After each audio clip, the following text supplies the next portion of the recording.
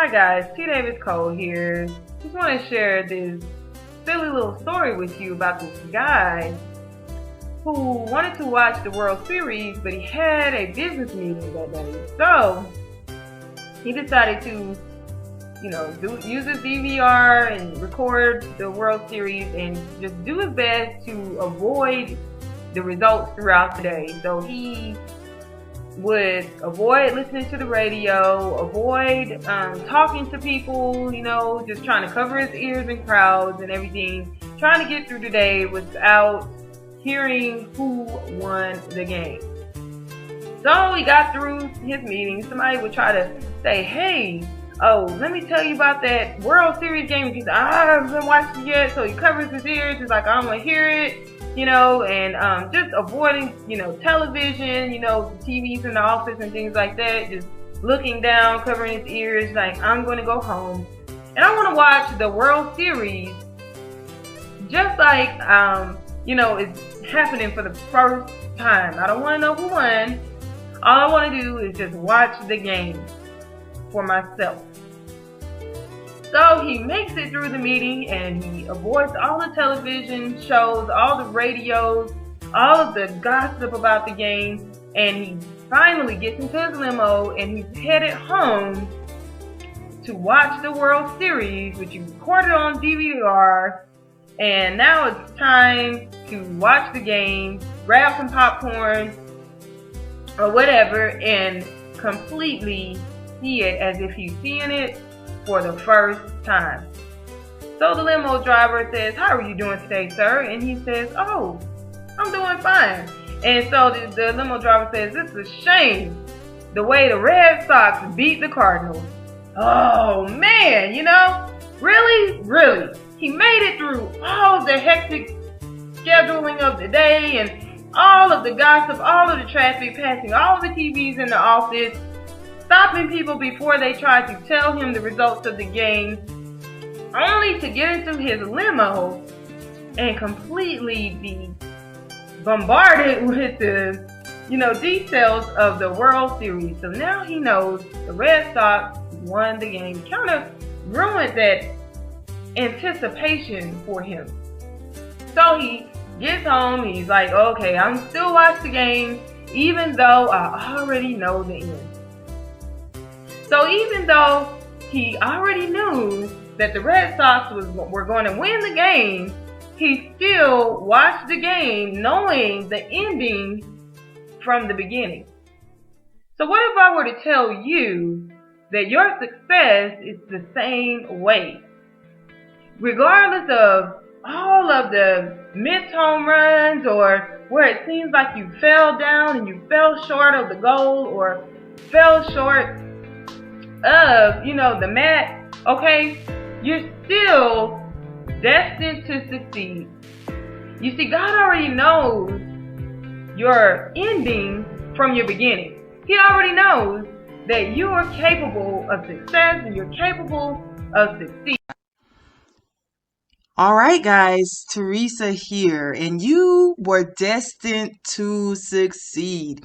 And even though that World Series game happened quite some time ago, it's still extremely relevant to the fact that your destiny was already prepared for you and outlined in a way to ensure that you succeed. So let's take a moment and go back to the beginning, your beginning. In Jeremiah 1:5, God says, before I formed you in the womb, I knew you. Before you were born, I set you apart. You are not an accident. You are not a mistake. Long before your first breath, God had a plan and a purpose for your life. All right, and so not only did he know you, but he equipped you. According to Romans 8:28, we know that in all things, God works these things together for the good, for those that love him and are called according to his purpose. So that means every challenge, every setback, every heartbreak, God will use it to shape you and lead you to your victory. And you may not see it right now, but he's working behind the scenes on your behalf. The seeds of success is already in you. When God created the earth, he established a principle. Genesis 1 and 1.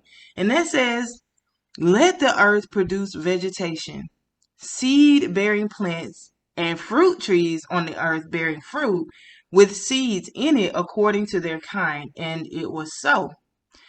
Did you catch that? Now, I'm no expert on the Bible, but every fruit had a seed within itself to reproduce. God works the same way with you. When he created it, and when he created you, when he created it, that's everything, the earth, and created you, he placed everything you needed inside of you. He placed everything that you needed to be successful inside of you. And that would be your gifts, your talents, your potential is already there. You are carrying the seeds of greatness within you. But here's the thing. Seeds don't grow unless you plant them. That's why the graveyard is full of so much potential. People who have not planted the seeds, right? They have not planted. And the ones that have, we still hear about them to this very day. The work that they've done, the changes that they've made, the seeds that they planted, and, the fruit that they bared in their lives. But the truth is, some of you guys are still sitting on your dreams. You're still sitting on talents that God gave you because you are afraid. But fear is a liar. Say it with me. I declare that fear is a liar because God did not give me the spirit of fear, but he gave me a peace of love and of a sound mind. All right. And if you continue to believe that, you will be abundant and you will have the life that God promised you. All right, so you already beat the odds to even be here. If you ever doubt that you are meant to succeed, just consider the miracle of your existence. Scientifically speaking, the odds were against you of being conceived, and you outdid the odds astronomically. All right, so out of millions of possibilities, you were the one who made it. You were the one who survived. You're already a walking miracle. And here's something even crazier.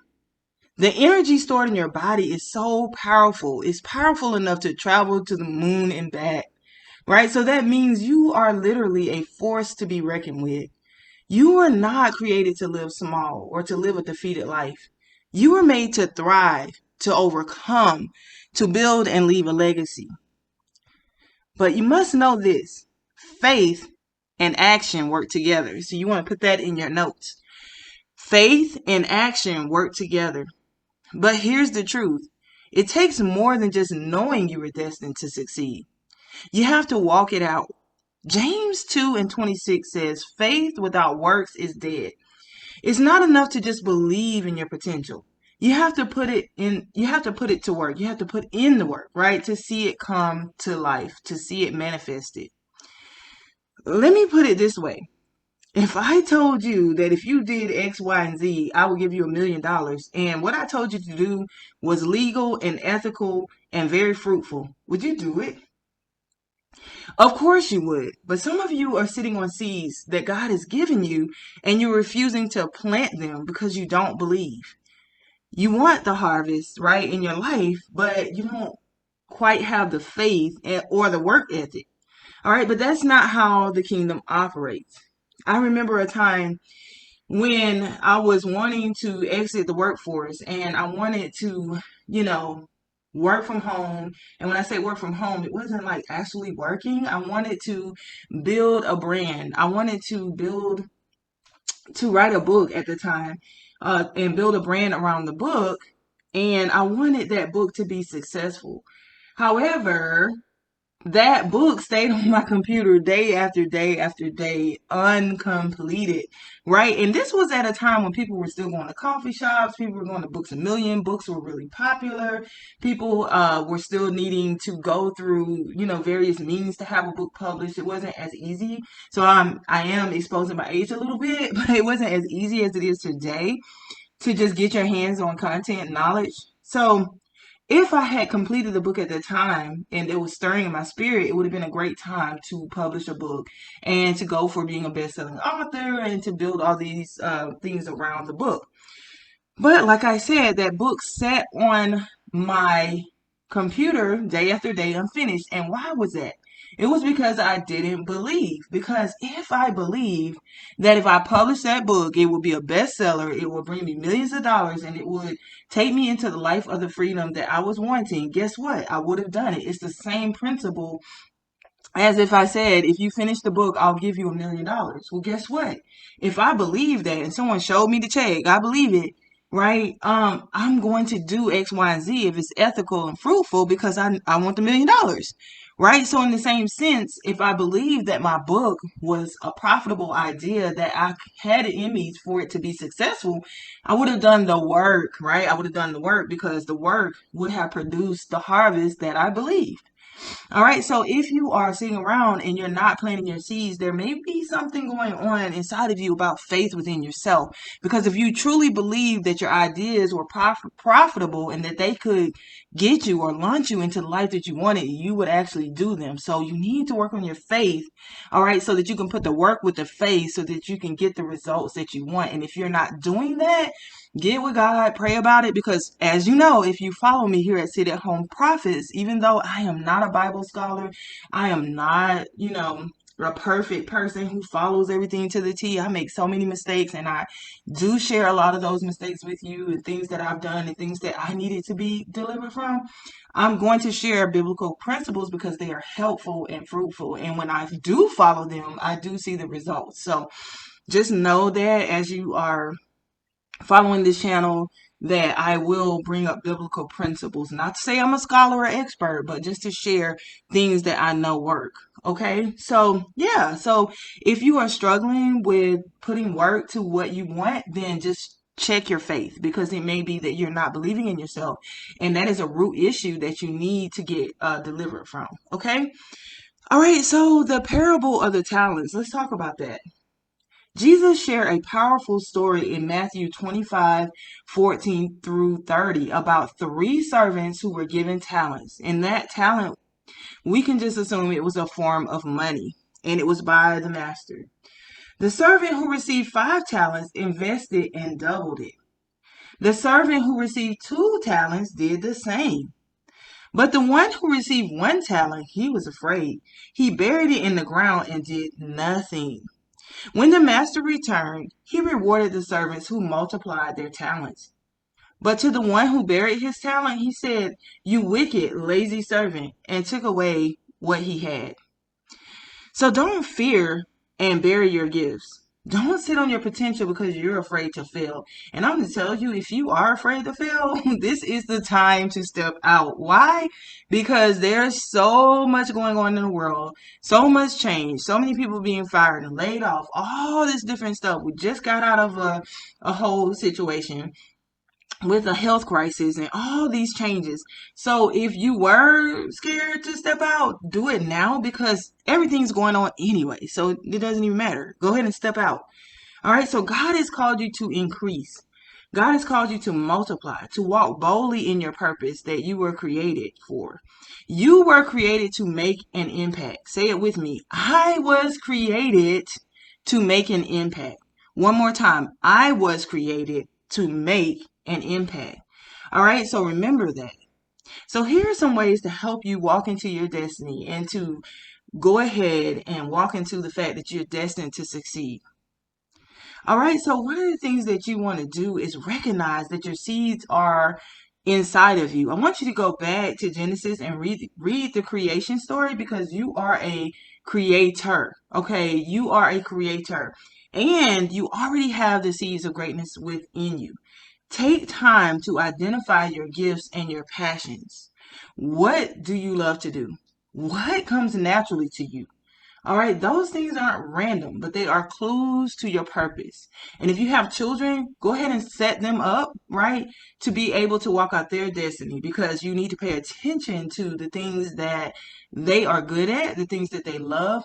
If you haven't listened to my ebook called Ultimate Success, go search the channel for Ultimate Success, and I talk a lot about that in there, because I do talk about how I recognize gifts within my child and the things that I was doing to help pull that out. So definitely go and listen to Ultimate Success right here at Sit at Home Profits. All right, so be persistent. All right, success doesn't happen overnight. Just keep showing up. And I just was telling you guys about why you need to take action, because the reality is you got to show up and you got to put in action every day. And as you put in action, you'll gain momentum. And as you gain momentum, you will see your tree, right? If you plant those seeds and you water those seeds, you're going to see a harvest. There's no way you can plant seeds and water it, right? And continue to water it and not see a harvest. All right, so keep planting seeds. Keep trusting God. Galatians 6:9 says, let us not grow weary in doing good, for at the right time we will prosper.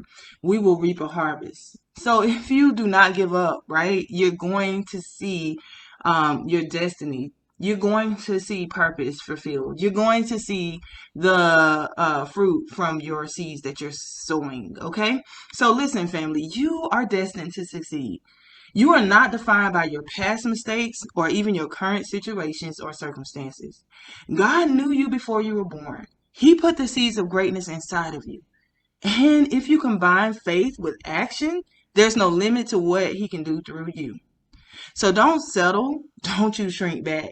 Don't you bury your talents. It's time to rise up and walk in the fullness of your destiny.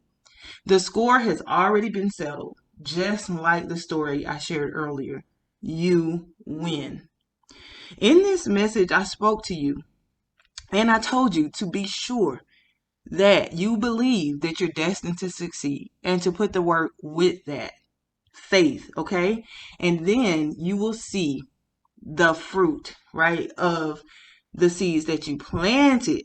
All right, so I want to encourage you, if this work is that I'm doing here at Sit at Home Profits, I'm helping you to overcome strongholds and hurdles that are blocking your success. I'm helping you to get clear and get clarity on your life and your goals and your business aspirations. I'm also giving you targeted courses that's going to help you put things into place, right? So that you can get moving with your vision. So if that is something that resonates with you, be sure to like this video, subscribe to this channel, and keep watching, because there's more to come. More will be revealed. But one thing that I do want you to remember today is that you were destined to succeed. You are destined to succeed. You will succeed. So be blessed and keep moving forward.